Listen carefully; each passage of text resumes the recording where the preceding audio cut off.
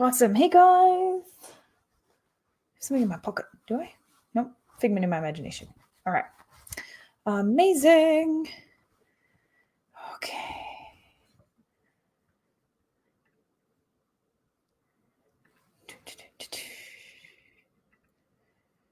Oh, good. All right. I am precisely where I'm meant to be. Hooray.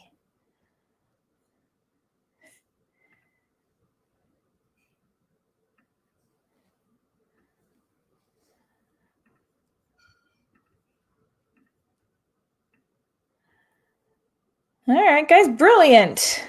Welcome, welcome, welcome. I did a terrible job of promoting our live today, so it's probably just going to be me and like one other person. But for everybody watching the replay later on, which I promise will make it far and wide, welcome. Thanks so much for hopping on and watching anyway. Guys, always feel free to leave your comments, even if you're not here with us live, and I'll do my very best to get back to you guys as soon as physically possible, with any of your questions and stuff like that. But today, I wanted to hop on, and today's live is all about, we're going to talk all about the gear that you need, like absolutely need to get started on your photography journey. Today, we're going to talk about minimizing your budget and maximizing your value, because it does feel a lot like, things can get pretty expensive in this fantastic world of photography. So, welcome. It's great to have you guys here. It's great to have you guys watching the replay, which is very cool. Now, today, I wanted to chat just a little bit more about money and how we spend it. So photography has the potential to become a super expensive hobby, right? I mean, everyone who has wanted to go on a shopping spree for photography has probably pretty quickly realized that $500 just doesn't stretch very far. And that's kind of a little sad, because $500 in my world is a fair bit of money, right? The tragedy of this, though, is that it stops a lot of people from starting at all.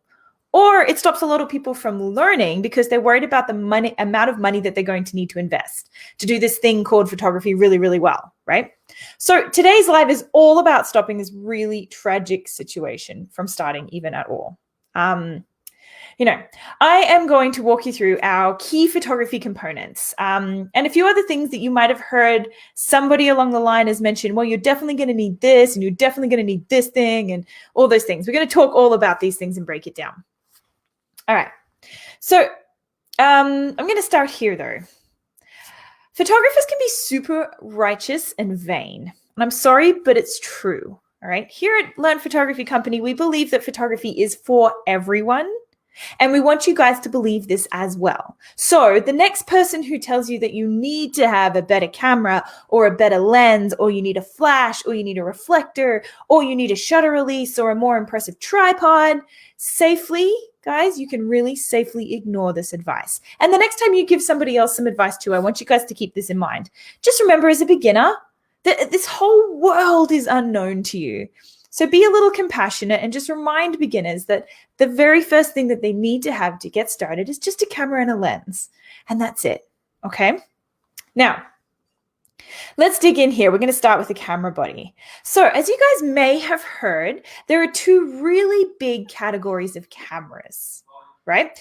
We have what are called crop sensor cameras, and then we also have what are called full frame cameras, okay? So crop sensor cameras are generally cheaper. And the most expensive part of the camera to manufacture is actually the sensor. So years ago, to make cameras cheaper, they actually made the sensor size smaller. So a crop sensor is about 2/3 the size of a full frame sensor. Hence, we have cheaper cameras, right? Which is pretty cool. Now, you guys may ask, which one is better? Well, technically, guys, full frame cameras are better, but they're also a lot more expensive, or they certainly can be. All right. And to be truthful and honest here, guys, one day you're going to want a full frame camera, right? But you don't need to have it right now. Trust me, cameras have come so far over the past few decades, and crop sensor cameras are totally beautiful. You do not need a bigger, better camera than the one that you have right now, okay? So please, whatever you do, don't let that stop you from making photography your passion.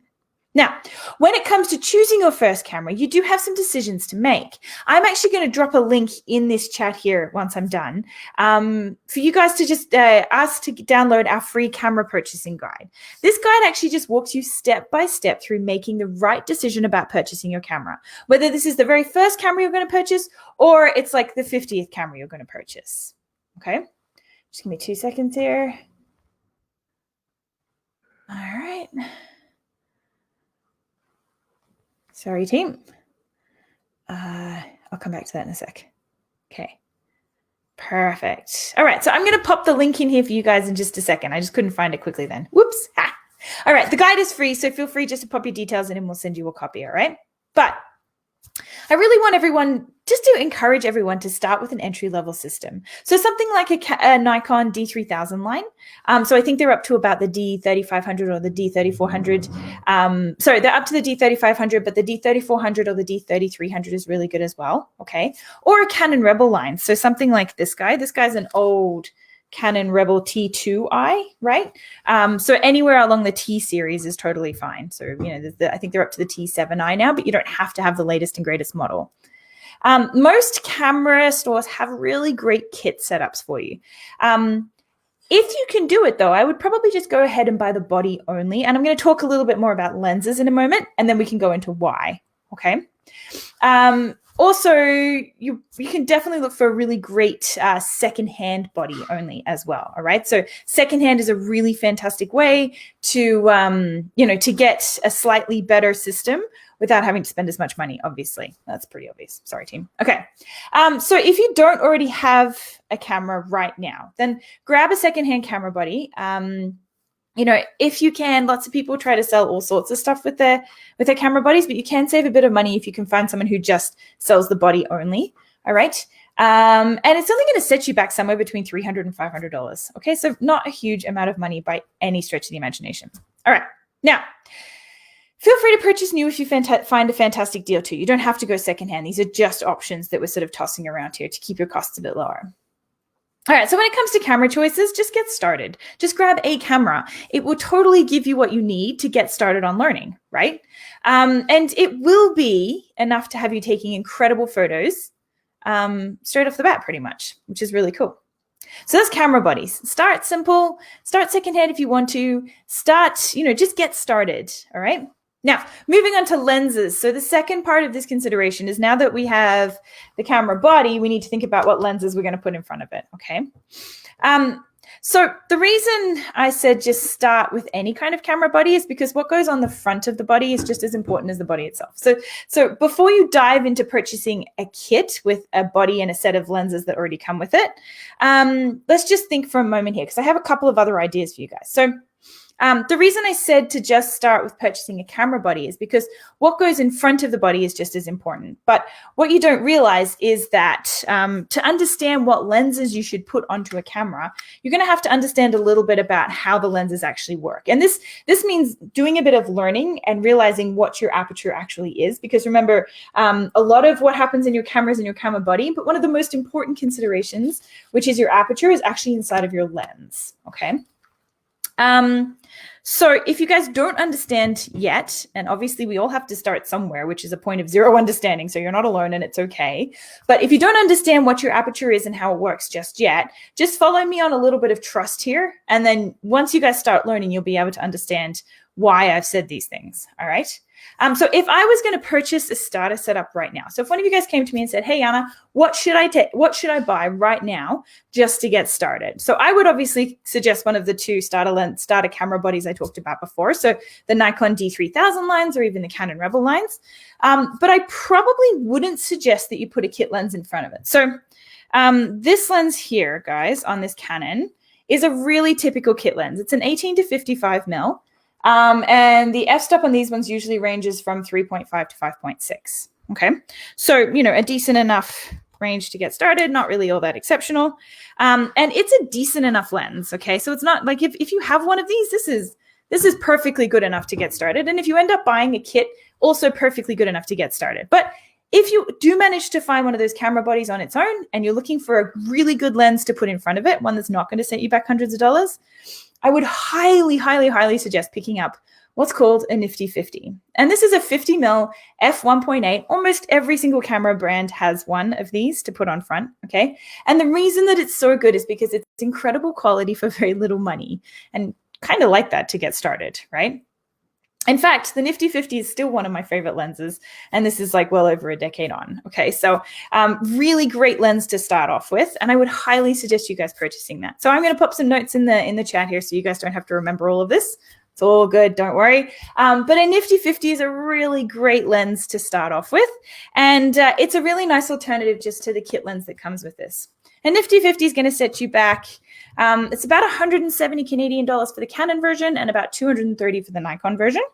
Okay. But and also feel free to look secondhand on these as well. So lots of people who are selling their camera kits will actually have a Nifty 50 in there, especially if they never learn how to use it properly. It's probably it's probably almost new, which is kind of cool, right? Okay. I'm just looking down my notes to make sure I haven't forgotten anything. All right, now I just want to make this clear, guys. This is not the setup that you want for the rest of your entire life, right? Just like, I mean, the entry-level system is a fantastic place to get started. And this 50mm lens or a kit lens that you have is a really great lens to get started with too, all right? The key to this, though, is that one day you're going to want to change these things up. And that's okay. You don't have to spend thousands of dollars on equipment right now. And you can shoot with this setup for a really long time. You don't have to have anything else right away. I mean, we have students who have been taking courses with us for years now and still have exactly the same setup as what they started with because, as I said, cameras have come such a long way. They are so functional and they are just such good quality already that you don't have to upgrade right away. All right. Now, I don't want you guys... so it's also important to remember that your potential as a human being will grow. And by potential, I actually just mean your financial resources. So put it this way, you have $500 or $1,000 to put towards your passion right now, which is great, cool. But in all probability, you will have another $500 or $1,000 that you can put towards it again in 6 to 12 months, which is a bonus. So then in 6 to 12 months or 2 years time or 3 years time, then you can go and buy more. Right? And then you'll have more money to put towards it at that point too. So don't limit yourself. So don't stop yourself from investing in this really beautiful passion now just because of money. What you want to do is you want to set yourself up for success and you want to start learning about photography now so that when you do have the money, you already have the knowledge because you could have amazing camera gear and no knowledge and still take terrible photos. All right, so you want to start where you are right now. And then you want to start learning so that when you guys have the financial resources, you know exactly what you want because you understand how everything works. All right. Now, if anyone's listening from me right now, you can give me a heads up because I haven't seen any comments, which is unusual for you guys. You guys are usually pretty chatty. So if you have a comment, you can post it in there. All right. Okay. Now, that's kind of the core of things. That's our camera, and that's the lens that goes in front of the camera, which is super cool. I'm just going to take a second here. All right, perfect. Okay. Great. All right. So now we're going to move on to the other things that you might need. So let me tell you this for starters, guys. When you're getting going, you do not need anything else. Okay. There is only one other thing that I would suggest setting yourself up with at the very beginning, and that is a really good photo editing and organizing software. And I would recommend Adobe Lightroom. We really like the Lightroom program, but it's not the only amazing program out there. So my suggestion is Adobe. It's about $14 USD a month for a subscription plan. But if you call Adobe directly, you can actually order the latest version outright. I think the last time I checked, it was around $170 as a once-off payment, but please don't quote me on that because it's been a long time since I checked. The great part about Adobe Lightroom is that it's well supported. It's really easy to find training on how to use it, and it's always updated. So you're always getting the latest versions, but it's also just a really good software. The classic Lightroom version is perfect for organizing your work and for keeping yourself on track with the workflowing and the editing tools that they have on there. So it's actually a really great program, and it's really great because it's also going to work with you as you build your skills as well. So, I know a lot of professionals who use Lightroom as their primary program and Photoshop kind of as an add-on to do some really serious editing, but most of the people who I know who are professionals use Lightroom as their main program. So it kind of takes you from beginner to pro, which is pretty cool. All right, so that's the only other thing that I would suggest you really get started with in the beginning. Just because if you're trying to come back in and edit and organize your photos after 5 years, trust me, you guys are gonna have thousands of shots by then, and that's when it becomes really pretty frustrating to have to start afresh with a brand new editing or organizing software.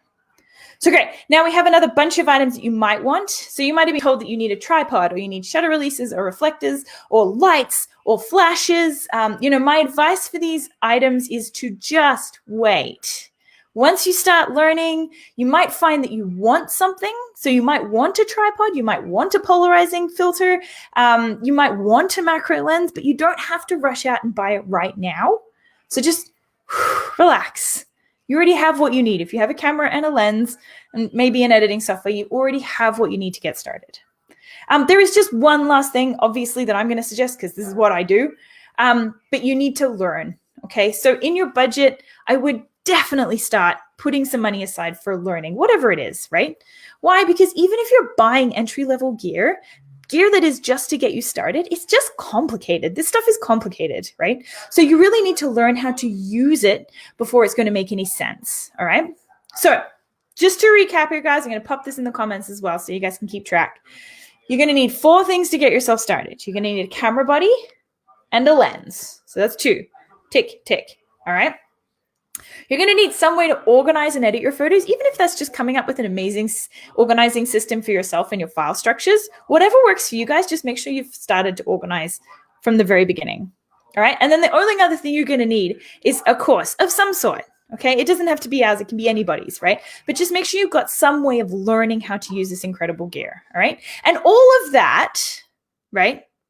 Especially if you're buying secondhand, you can pretty much invest in all of that for less than $500.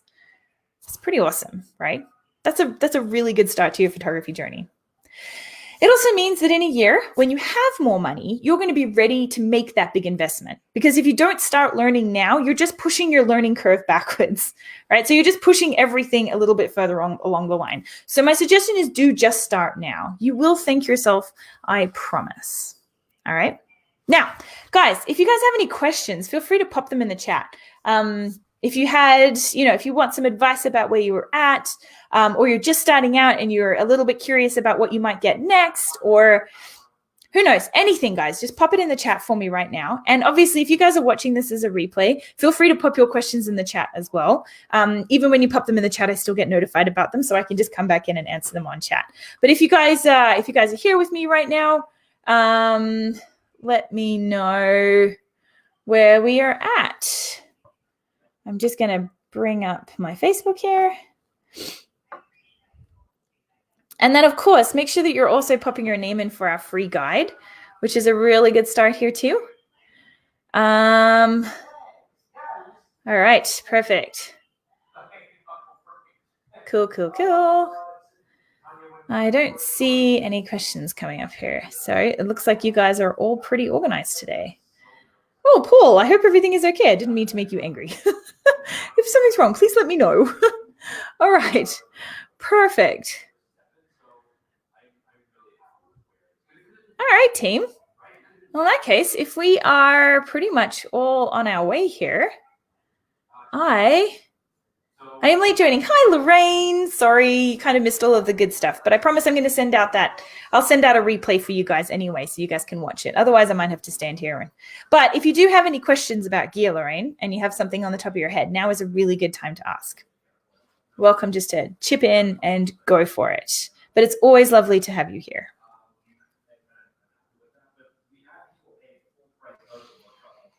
All right, perfect. Good-o. All right, team. So once again, if you guys are watching the replay, feel free just to pop your comments in here. And if you have any questions, as always, you guys know you're always welcome to reach out, and I'm always happy to help. And then hopefully we can get in touch with you all soon. And I'm hoping that you found this of some value. And if you guys are just starting out, please don't be intimidated or scared. You guys have totally got this under control. The big expensive camera gear may be in your future, but it also doesn't have to be. So you guys have got lots of flexibility just to dive in there and get started. All right.